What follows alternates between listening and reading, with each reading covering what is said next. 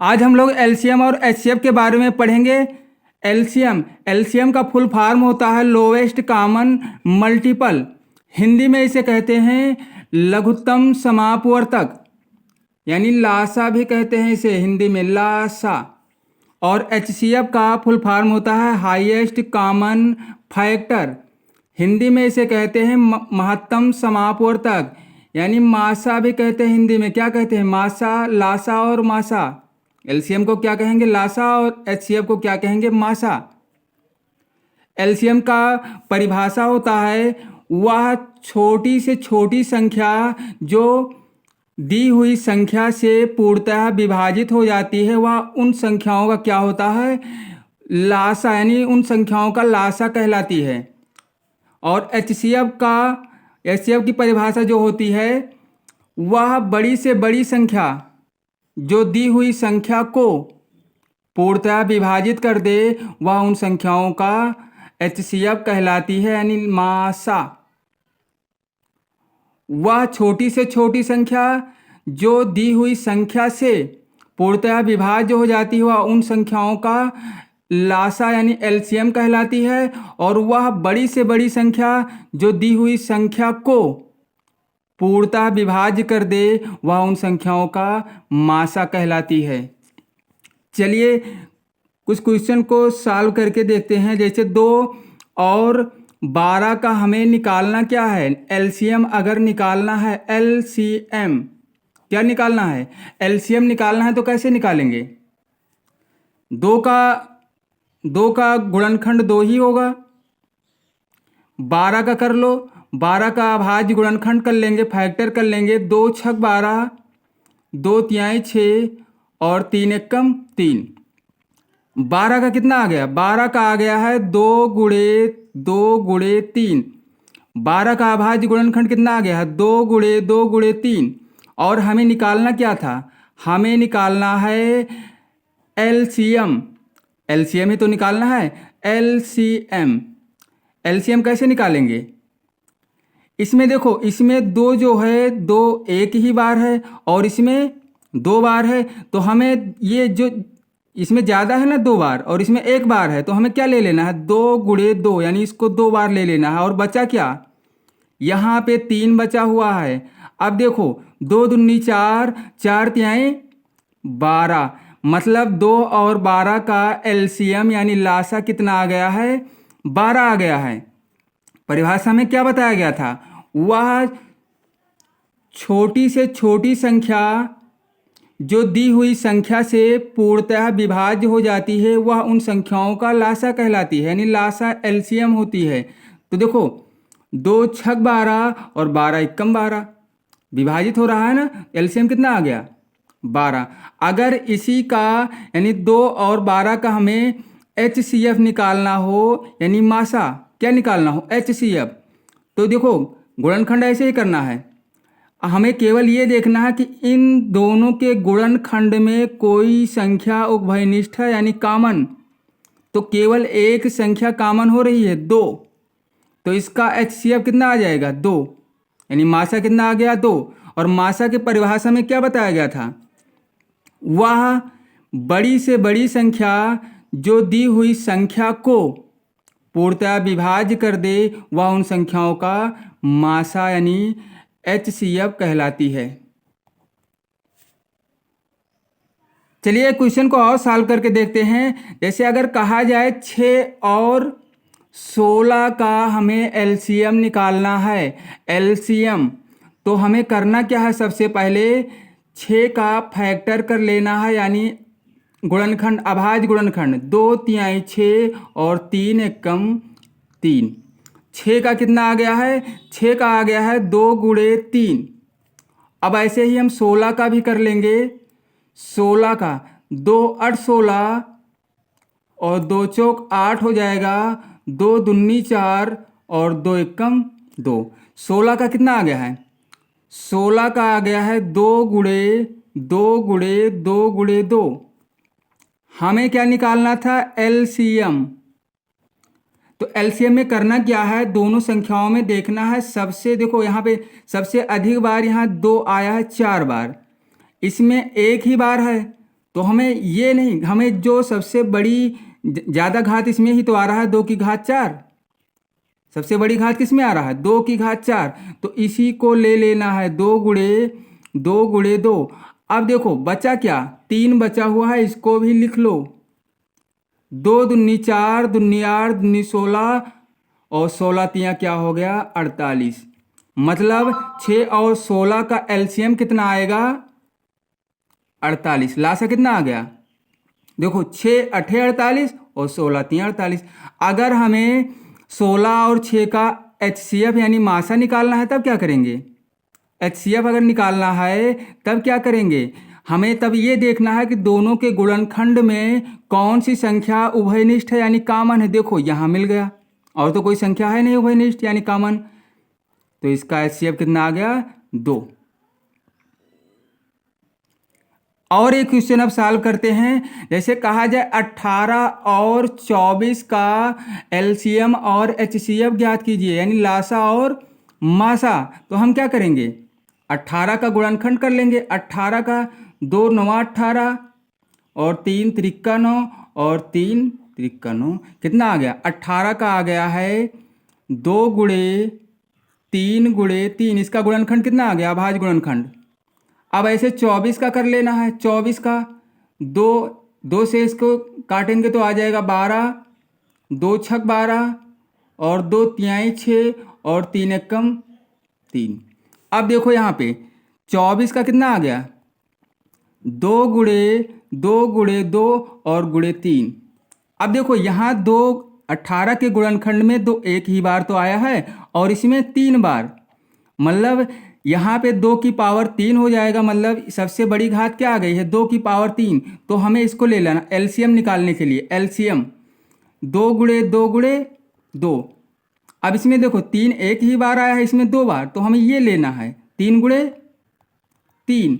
अब देखो 2 दूनी 4, दूनी 8, त्रिक 24 और 24 यहाँ क्या हो जाएगा 72। एलसीएम कितना आ गया 72, यानी लासा इसका कितना आ गया 18 और 24 का एलसीएम कितना आ गया है 72 आ गया है।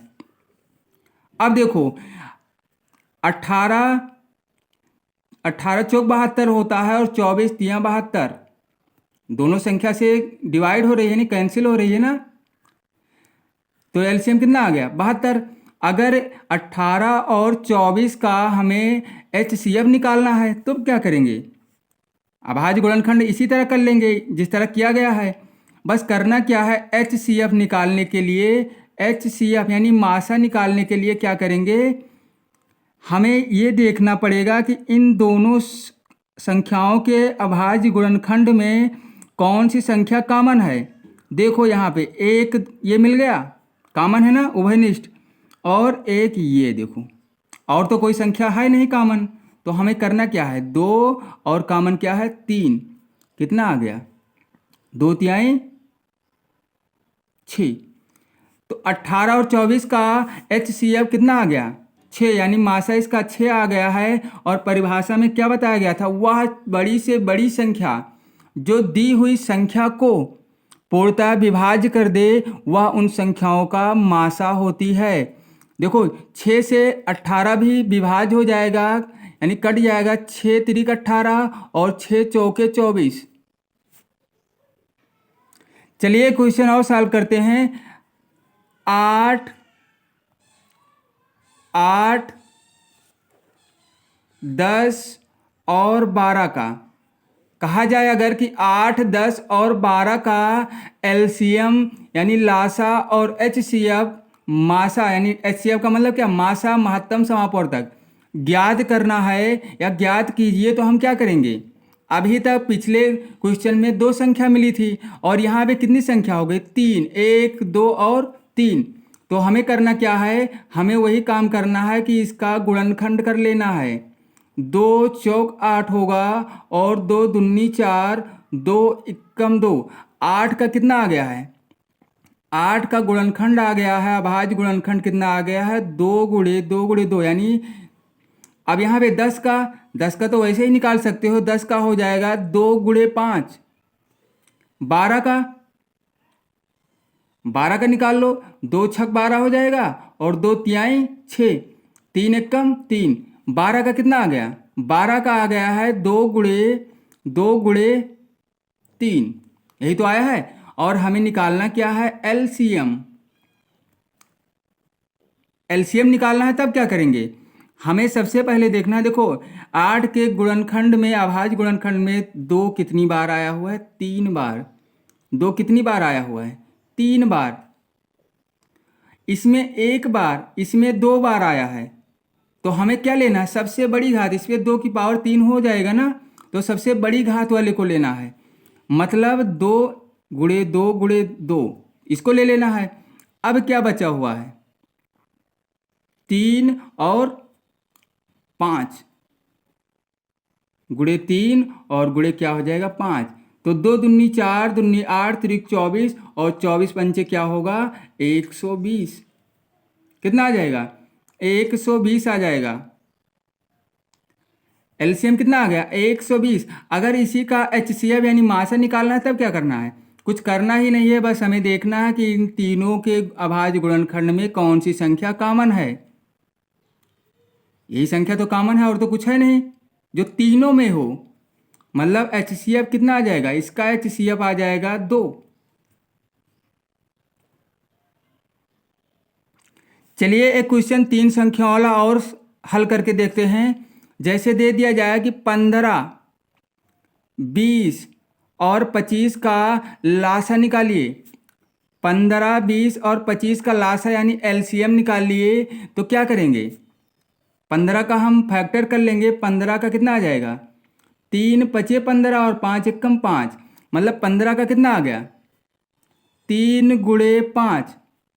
20 का कर लो, 2 दहाई 20 और 2 पंचे और 5 एकम 5, तो कितना हो गया? 20 का कितना आ गया? 2 गुणे 5। अब देखो यहाँ 25 का कितना हो जाएगा? 25 का तो सीधा हो जाएगा, 25 का पचोहम 25 और 5 एकम 5, 25 का कितना आ जाएगा? 5 गुणे 5। देखो हमें करना क्या है? हमें एलसीएम निकालना है, एलसीएम। तो हम क्या करेंगे? अब देखो यहाँ पे 2, यहाँ पे 2 बार आया है इसके गुणनखंड में, लेकिन इन दोनों में नहीं है, फिर भी हमें लिखना पड़ेगा 2 गुणे 2। अब देखो यहाँ पे 3 केवल इसी में तो आया और इन दोनों में तो आया नहीं, इसको लिख लो ऐसे। अब यहाँ 5 जो आया है 2 बार आया है, और इन दोनों में 1 बार आया है, तो हम सबसे 5 की पावर 2 हो जाएगा ना, और यहाँ 5 की पावर 1, यहाँ भी 1, तो हमें इसी को तो लेना है, सबसे बड़ी घात वाले को। तो गुणे क्या कर देंगे? 5 और गुणे 5, यानी 2 दूनी 4, तिहाई 12, पंचे क्या हो जाएगा? 60 और 60 पंचे हो जाएगा 300। 15, 20 और 25 का एलसीएम कितना आ जाएगा? लासा 300। 300 जो है इन तीनों संख्याओं से विभाज्य हो जाएगी, कट जाएगी। 15 से इसको विभाज्य करेंगे तब भी विभाज्य हो जाएगी, और 20 से करेंगे तब भी, और 25 से भी हो जाएगी। अब अगर इसी का निकालना होता एचसीएफ, तब क्या करते? एचसीएफ निकालने के लिए क्या करते हैं? एचसीएफ निकालने के लिए हम क्या करते हैं यहाँ पे कि देखते हैं तीनों, जैसे 3 संख्या है तो तीनों में कोई संख्या उभयनिष्ठ है यानी कॉमन। तो इसमें तो कुछ कॉमन ही नहीं है। 3 यहाँ मिल रहा है, लेकिन इसमें इन दोनों में नहीं है। 2 20 यानी 20 के गुणनखंड में, अभाज्य गुणनखंड में 2 है, लेकिन इन दोनों में नहीं है। 5 देखो 5 मिल गया यहाँ पे, 5 मिल गया ना, तो इसका एचसीएफ कितना आ जाएगा? 5, यानी मासा कितना आ गया? 5। लासा और मासा यानी एलसीएम और एचसीएम में एक सूत्र होता है, फार्मूला होता है, संख्याओं का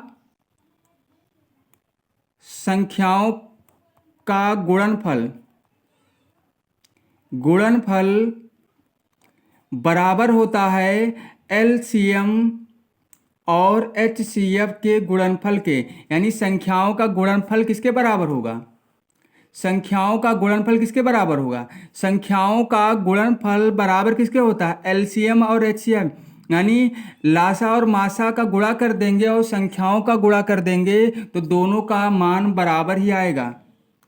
इस सूत्र पे एक सवाल यानी एक क्वेश्चन को सॉल्व करते हैं। अब जैसे यहाँ दिया गया है दो संख्याओं का HCF कितना है 16 तथा उनका गुणनफल कितना है 6400, तो उनका LCM कितना होगा। यानी मासा 16 है और उन संख्याओं का गुणनफल 6400 है, तो उनका LCM यानी लासा कितना होगा। अभी बताया गया कि संख्याओं का गुणनफल किसके बराबर होता है, LCM यानी लासा और HCF यानी मासा के बराबर होता है, लासा और मासा के बराबर होता है। तो यहाँ ये बताया गया दो संख्या थी और उसका HCF 16 आया है और उन संख्याओं का गुणनफल दे दिया गया, गुणा नहीं करना है, गुणनफल दे दिया गया है 6400। LCM कितना होगा ये पूछा गया है, तो LCM कितना होगा, LCM हमें निकालना है। HCF दिया गया है 16, तो 16 जब यहाँ पक्षांतर करेंगे तो 16 क्या हो जाएगा, LCM बराबर हो जाएगा LCM बराबर 6400 बटे क्या हो जाएगा 16, 16 एक कम 16 और 16 चौका 64, 2 जीरो यहाँ बचा हुआ था, मतलब कितना आ गया, लासा कितना आ गया इसका, LCM 400 आ जाएगा।